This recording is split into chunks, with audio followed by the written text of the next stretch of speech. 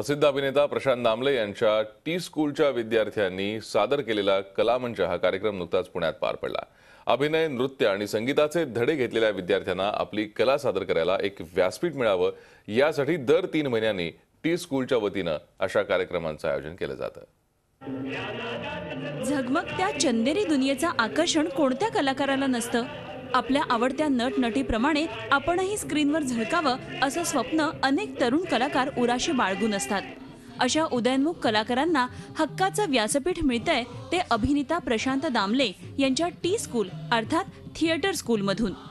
मराठी नाटक, सिनेमा आणि मालिकांमधून आपल्या अभिनयानं रसिकांची मनं जिंकणारे प्रशांत दामले यांनी रंगमंचावरून जरी तात्पुरती एक्झिट घेतली असली तरी नवोदित कलाकारांना अभिनय क्षेत्रात वाव मिळावा यासाठी टी स्कूलच्या माध्यमातून ते कार्यरत आहेत। या थिएटर स्कूलच्या विद्यार्थ्यांना व्यासपीठ मिळावं यासाठी पुण्यामध्ये नुकत्याच कलामंच या कार्यक्रमाचं आयोजन करण्यात आलं होतं।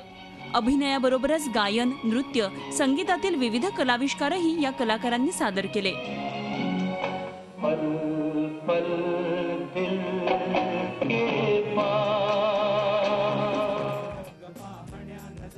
मराठी नाटक आणि चित्रपट सृष्टीतील कलाकार आणि दिग्दर्शक यांनीही या कार्यक्रमाला हजेरी लावली।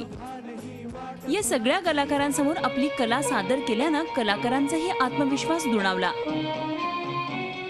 ॲक्च्युली आत्तापर्यंत आयुष्यात मी असं कधी विचार केला नव्हता की एवढ्या मोठ्या टॅलेंटेड आणि लिजेंड समोर मला परफॉर्म करायला मिळेल।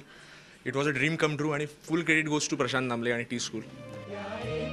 अगदी 15 ते 85 वयोगटातील हौशी आणि व्यावसायिक कलाकार या स्कूलमध्ये प्रशिक्षण घेत आहेत।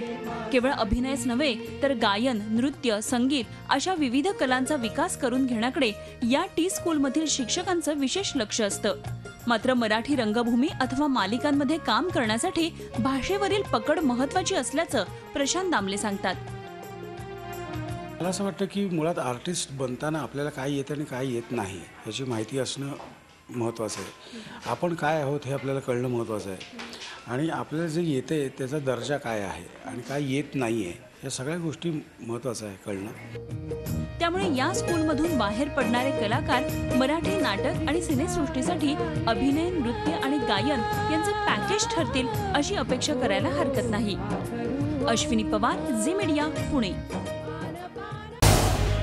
झी 24 तास रहा एक पाऊल पुढे।